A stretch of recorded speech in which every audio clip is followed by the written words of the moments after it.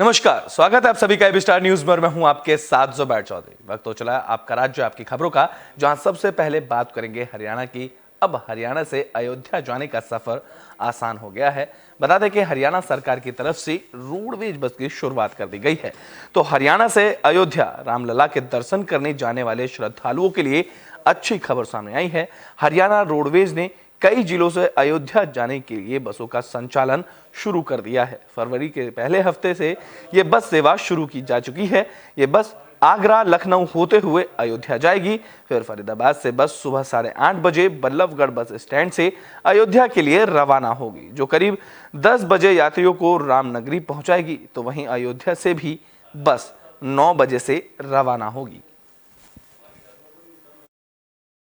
महिलाओं को तो और भी ज्यादा होगा। मान लो कोई बंदा नहीं भी ले जा सकता, नहीं भी कोई अकेली नहीं जा सकती, तो यहाँ से तो सब जा सकती है। जी, पहले दिक्कतें आ रही थी, बस चालू नहीं थी। अब श्री राम जी के दर्शन करेंगे डायरेक्ट जाके, कितना लाभ मिलेगा उससे?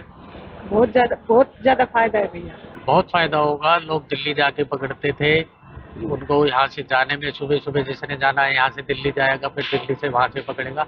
यहाँ से स्टार्ट हो गई है बल्लभगढ़ फरीदाबाद वाला बंदा यहाँ से आराम से जा सकता है और बहुत अच्छा काम करा है इन्होंने। मेरे ख्याल मूलचंद शर्मा जी उद्घाटन आज से कर रहे हैं, कल से कर रहे हैं। जी, कितना लोगों को इससे फायदा होगा? क्योंकि बहुत पहले बहुत प्राइवेट वाहनों में जाना पड़ता जब था।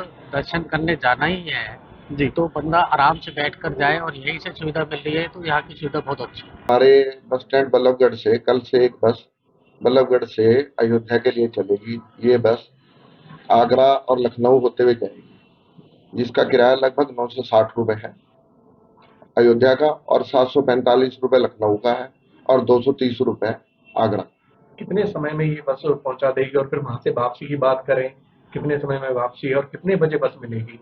ये सुबह 8:30 बजे बस मिलेगी और रात को लगभग हमारा आइडिया है 10 साढ़े 10 बजे पहुंचेगी। और कल पहली बार जा रही है, एग्जैक्टली पता लग जाएगा हमारे को कल गाड़ी का चक्कर मारने के बाद।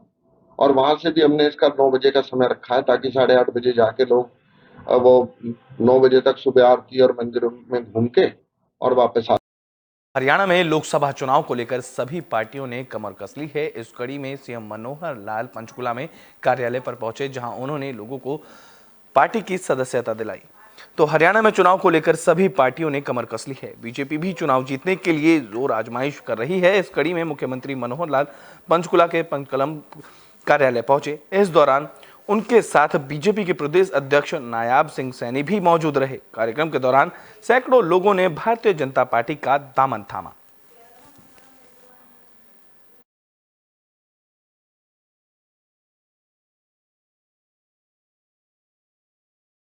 बात कुरुक्षेत्र की कर लेते हैं, जहां रोड समाज की तरफ से कार्यक्रम का आयोजन किया गया। इस कार्यक्रम में भूपेंद्र सिंह हुड्डा ने शिरकत की। तो कुरुक्षेत्र में कांग्रेस के रोड समाज के कार्यकर्ताओं ने कार्यक्रम का आयोजन किया, जिसमें पूर्व मुख्यमंत्री और नेता प्रतिपक्ष भूपेंद्र सिंह हुड्डा शामिल हुए। इस दौरान भूपेंद्र सिंह हुड्डा ने कहा कि पिछली बार रोड समाज के टिकट में हिस्सेदारी बनती थी, लेकिन किन्हीं कारणों से उन्हें टिकट नहीं मिल पाया था, लेकिन अब की बार ऐसी चूक नहीं होगी। इसके अलावा हुड्डा सीएम मनोहर लाल पर भी जमकर बरसे।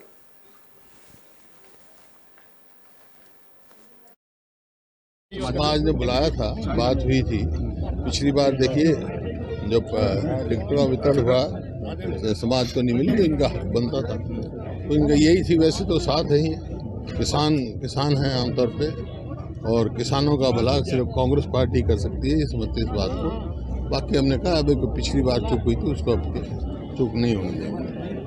आज पंजाब के गवर्नर बनवारी लाल पुरोहित जी ने इस्तीफा दे दिया है, उन्होंने अपने निजी कारण बताए, उसको लेकर क्या कहेंगे? हरियाणा के गवर्नर को एडिशनल चार्ज दिया गया। उसको मैं जिस बात का मेरे को इल्म दी, क्यों दिया है क्यों नहीं दिया, मेरे मित्र हैं वो, हमारे साथ सांसद थे। बात कर लेते हैं सूरजकुंड मेले की। बता दें कि सूरजकुंड मेले में नगाड़े की धूम देखने को मिली है। तो 37वें अंतर्राष्ट्रीय सूरजकुंड मेले में इस बार हरियाणा की पुरानी संस्कृति नगाड़ा लेकर आए सुभाष एंड पार्टी का जलवा देखने को मिला।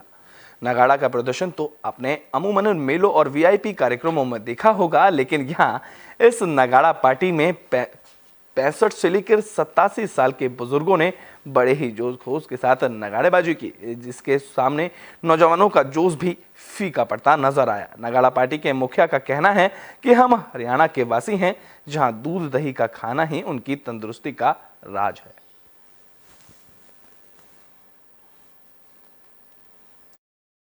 हमारा तो एक ही मकसद होता है, एक अपनी भारत की और अपनी हरियाणा की संस्कृति को बचाते हुए ऐसा कार्य करने में हमें बहुत ही अच्छा लगता है। हमारे दादा परदादाओं से ये प्रतिक्रिया चली आ रही है।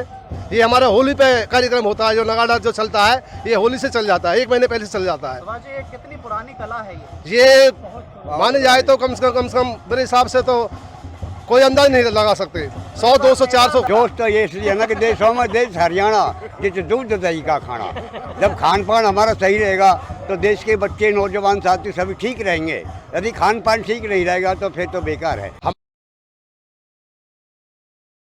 बात को लेते हैं बिहार के नरकटियागंज की, जहां सांसद सतीश चंद्र दुबे ने प्रेस कॉन्फ्रेंस का आयोजन किया और इस दौरान उन्होंने मोदी सरकार की उपलब्धियों को गिनाया।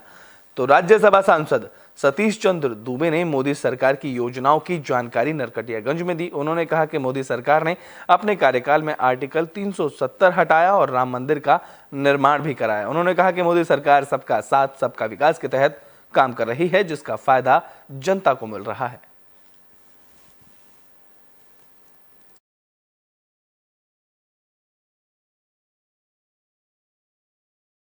बात को लेते हैं गरियाबंद की, जहां पर केंद्रीय मंत्री पहुंचे। इस दौरान उन्होंने लोगों की समस्याओं को सुना है। बता दें कि मंत्री बृजमोहन अग्रवाल राजिम दौरे पर पहुंचे तो हरियाणा सरकार के पर्यटन और संस्कृति मंत्री बृजमोहन अग्रवाल राजिम पहुंचे। उन्होंने अधिकारियों के साथ राजिम कुंभ कल्प को लेकर बैठक की। उन्होंने कहा कि विधानसभा सत्र की पहली बैठक में राजिम कुंभ कल्प करने का प्रस्ताव पारित किया जाएगा। इस दौरान उन्होंने आगे कहा कि इस बार राजिम कुंभ को रामोत्सव के रूप में भव्य तरीके से मनाया जाएगा। बता दें कि पिछली कांग्रेस सरकार ने राजिम कुंभ का नाम बदलकर राजिम माघी पुन्नी मेला कर दिया था, लेकिन इस बार फिर छत्तीसगढ़ में बीजेपी की सरकार बन गई है, जिसके बाद राजिम कुंभ मेले के स्वरूप को और भी विस्तार देने के लिए राजिम कुंभ कल्प करने का प्रस्ताव विधानसभा में पारित करने की बात कही गई है। मंत्री ने आगे बताया कि राजिम मेला 24 फरवरी से 8 मार्च तक आयोजित किया जाएगा।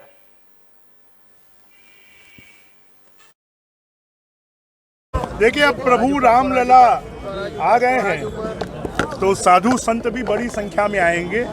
ये प्रभु राम का ननिहाल है, माता कौशल्या की जन्मभूमि है, प्रभु राम का वनगमन मार्ग है, राम जी यहाँ के भांजे हैं और इसलिए जब अयोध्या में रामलला के मंदिर की भव्य प्राण प्रतिष्ठा हुई है तो अब छत्तीसगढ़ का ये राजिम कुंभ कल्प भी भव्य होगा, दिव्य होगा और साधु संत महात्मा शंकराचार्य जी महामंडलेश्वर सब आएंगे। और क्योंकि समय कम बचा है, हर बार 3 महीने की तैयारी में होता है। देखिए, अब दिनों बाद छत्तीसगढ़ के जांजगीर चांपा की कर लेते हैं, जहां पर किसानों के साथ ठगी का मामला सामने आया था, जिसमें पुलिस को बड़ी सफलता हाथ लगी है। पुलिस ने ठगी का पर्दाफाश कर दिया है।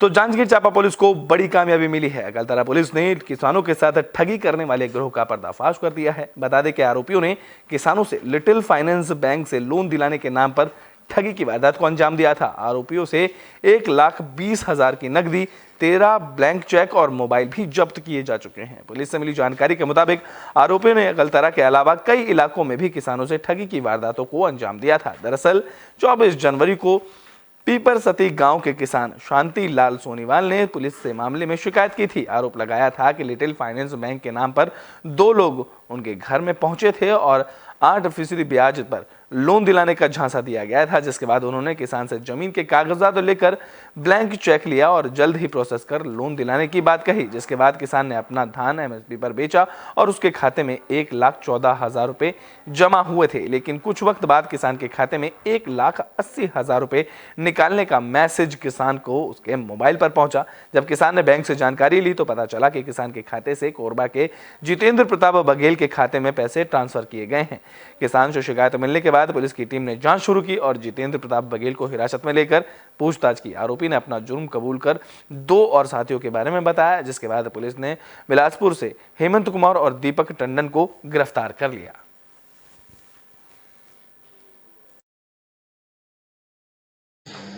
प्रार्थी शांतिलाल सोनवानी निवासी पीपर सत्ती थाना अकलतरा के द्वारा थाना अकलतरा में रिपोर्ट दर्ज कराया गया कि दिनांक 24 जनवरी 2024 को दोपहर के वक्त दो अज्ञात व्यक्ति इसके घर आए और ज़मीन के एवज में लोन देने का झांसा दिया गया उनके द्वारा।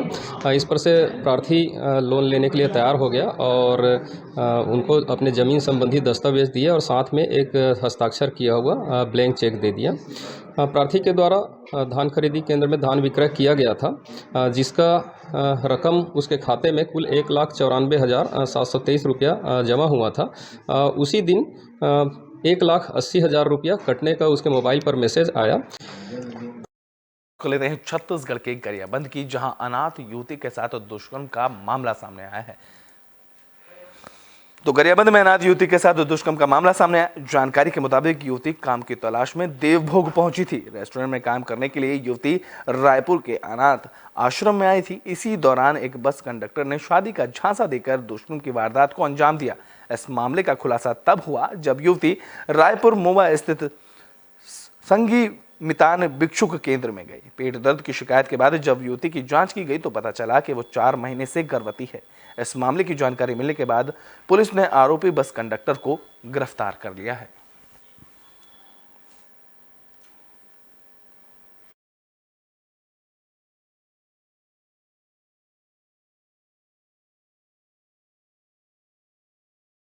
बात अब रामनगर की कर लेते हैं, जहां से हादसे की खबर सामने आई है। तो रामनगर ओवर ब्रिज से सड़क हादसे की खबर सामने आई। बता दें कि ग्रामीण विकास विभाग के एग्जीक्यूटिव इंजीनियर की गाड़ी और ट्रैक्टर की आमने सामने से जोरदार टक्कर हो गई। इस हादसे में ट्रैक्टर चालक की मौत हो गई। मृतक ट्रैक्टर चालक लल्लन राम सेमरा थाना इलाके के पिकवालिया गांव का रहने वाला बताया जा रहा है। हादसे में घायल 3 लोगों को इलाज के लिए अस्पताल में भर्ती कराया गया।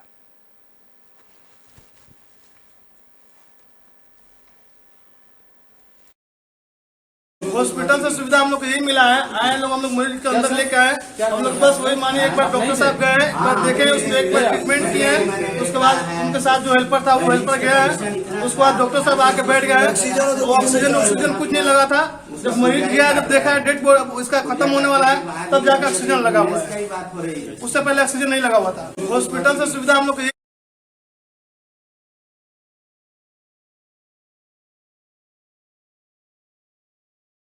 आखिरी में बात बिहार के गोपालगंज की कर लेते हैं, जहां अस्पताल में एक महिला ने मनचले की खूब धुनाई कर दी।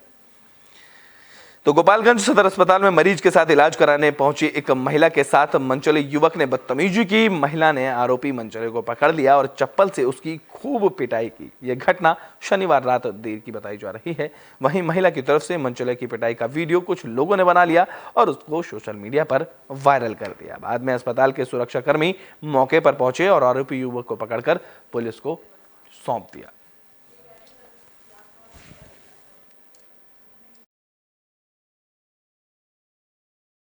आपका राज्य आपकी खबरों में भी के लिए बस इतना ही। देश और दुनिया की तमाम खबरों के लिए देखते रहें AB स्टार न्यूज।